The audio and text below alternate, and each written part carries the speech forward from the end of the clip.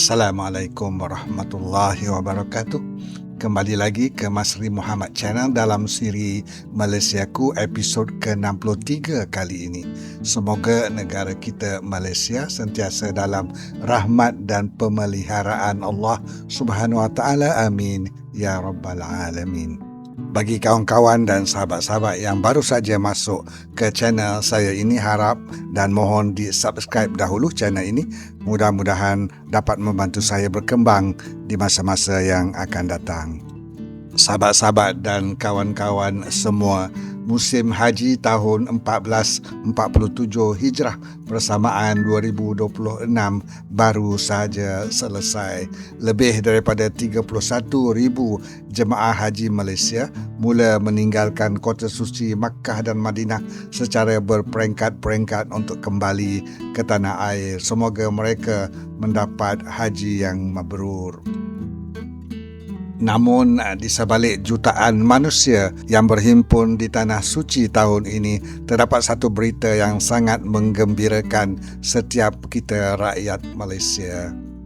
Ya, berita yang saya maksudkan itu ialah Malaysia melalui Lembaga Tabung Haji kita telah berjaya mempertahankan Diamond Award Anugerah Labaitum, pengiktirafan tertinggi yang diberikan oleh Kementerian Haji dan Umrah Arab Saudi kepada negara yang menguruskan haji secara terbaik di dunia. Yang lebih membanggakan kita ialah ini merupakan kali kelima berturut-turut negara kita Malaysia menerima anugerah yang sangat berprestij ini.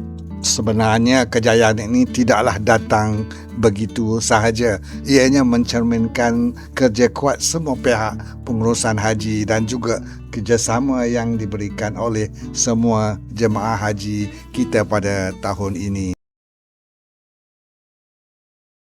Sahabat-sahabat dan kawan-kawan semua, setelah saya menyemak beberapa maklumat, saya dapati bahawa terdapat sekurang-kurangnya 4 faktor utama yang menyumbang kepada kejayaan kita ini.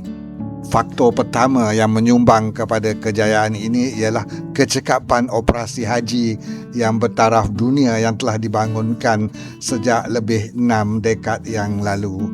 Setiap tahun puluhan ribu jemaah haji Malaysia diuruskan secara sistematik, merangkumi penerbangan, penginapan, pengangkutan, perubatan, kebajikan dan juga bimbingan ibadah. Ribuan petugas haji yang terlibat di dalam operasi ini, dan operasi haji ini bermula sebaik sahaja musim haji semasa berakhir, iaitu sekitar setahun lebih awal. Menurut Menteri di Jabatan Perdana Menteri Hal Ehwal Agama, model pengurusan tabung haji Malaysia ini terus menjadi penanda aras dunia kerana keupayaannya menggabungkan kecekapan operasi dan juga kebajikan jemaah secara menyeluruh. Keupayaan menyelaras pelbagai perkhidmatan secara bersepadu inilah yang menjadikan tabung haji sentiasa berada di dalam kelompok terbaik dunia.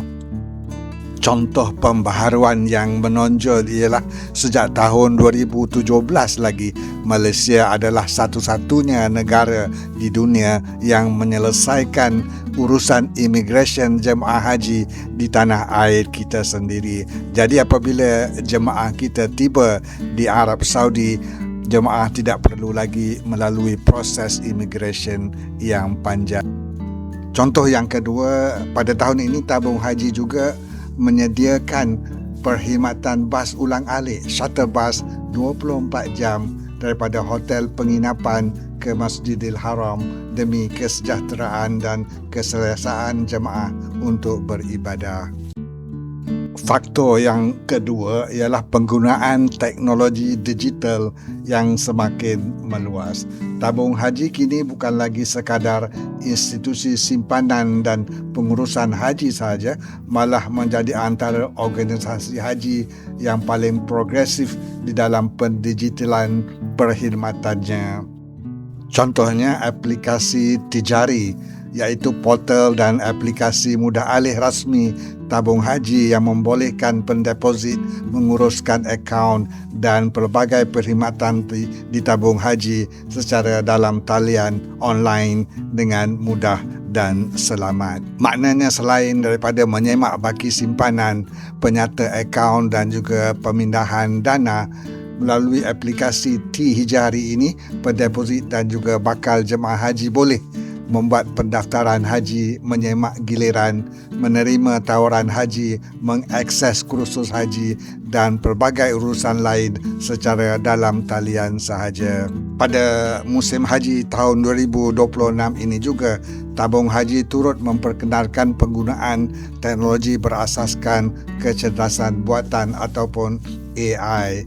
Jadi melalui platform digital T-Hujaj, jemaah haji boleh mendapatkan maklumat itinerari, agenda harian serta informasi terkini sepanjang berada di Tanah Suci secara real time melalui handphone masing-masing.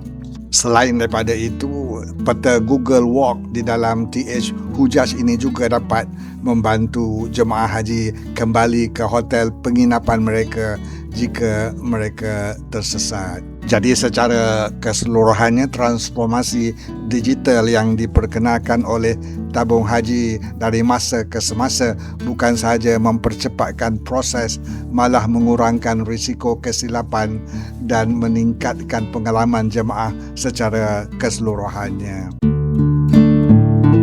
Kriteria yang ketiga yang menjadi kekuatan utama tabung haji Malaysia ialah persediaan ilmu yang sistematik dan menyeluruh.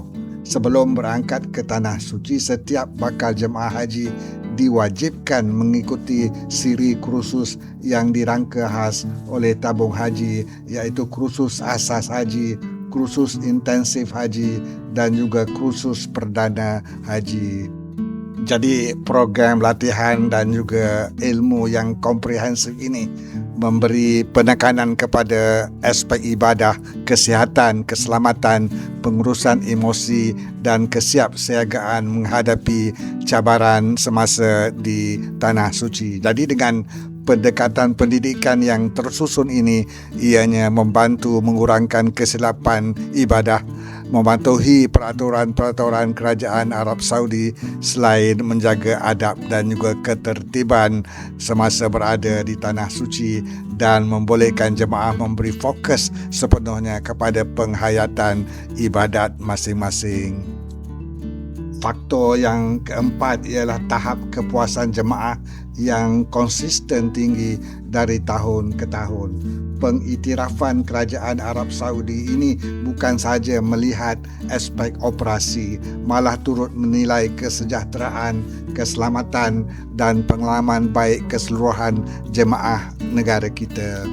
Secara keseluruhan, kebanyakan jemaah haji Malaysia menikmati kemudahan penginapan yang teratur, makanan yang bercita rasa Malaysia, perkhidmatan kesihatan yang komprehensif serta bantuan petugas yang sentiasa bersedia. Jadi budaya perkhidmatan berteraskan nilai ihsan dan amanah ini telah menjadi identiti utama tabung haji yang sukar ditandingi. Kemudian itu turut mendapat pengiktirafan yang tinggi oleh kerajaan Arab Saudi ialah beberapa inisiatif baru yang diperkenalkan oleh tabung haji pada tahun ini. Contohnya ialah Green Hajj ataupun Haji Lestari. Inisiatif Green Hajj ini bertujuan mengurangkan impak karbon dan juga sisa sepanjang musim haji serta menggalakkan amalan mesra alam di dalam kalangan para jemaah. Antara aktiviti yang dijalankan ialah pengurangan penggunaan plastik dengan menggunakan botol minuman guna semula, program Kita Semula Kain Ihram dan juga kesedaran penjagaan alam sekitar dengan membersihkan khemah sebelum meninggalkan Arafah dan Mina. Sahabat-sahabat dan kawan-kawan semua, kejayaan mempertahankan Diamond Award Labbaitum ini bukan sekadar kebetulan semata-mata, tetapi melambangkan kerja kuat semua pihak di dalam pencapaian ini. Ia merupakan satu pengiktirafan dunia terhadap sistem pengurusan haji Malaysia yang dibina dengan nilai amanah, profesionalisme dan juga inovasi. Daripada operasi yang tersusun, penggunaan teknologi digital dan AI, persediaan ilmu yang mantap, sehinggalah kepada kepuasan jemaah yang tinggi, semuanya menjadi bukti bahawa Malaysia terus menjadi contoh terbaik di dalam pengurusan tetamu Allah ini. Dan dengan inisiatif masa depan seperti Green Hajj serta transformasi digital yang berterusan, tabung haji bukan sahaja menguruskan haji untuk hari ini, tetapi sedang membentuk masa depan pengurusan haji dunia.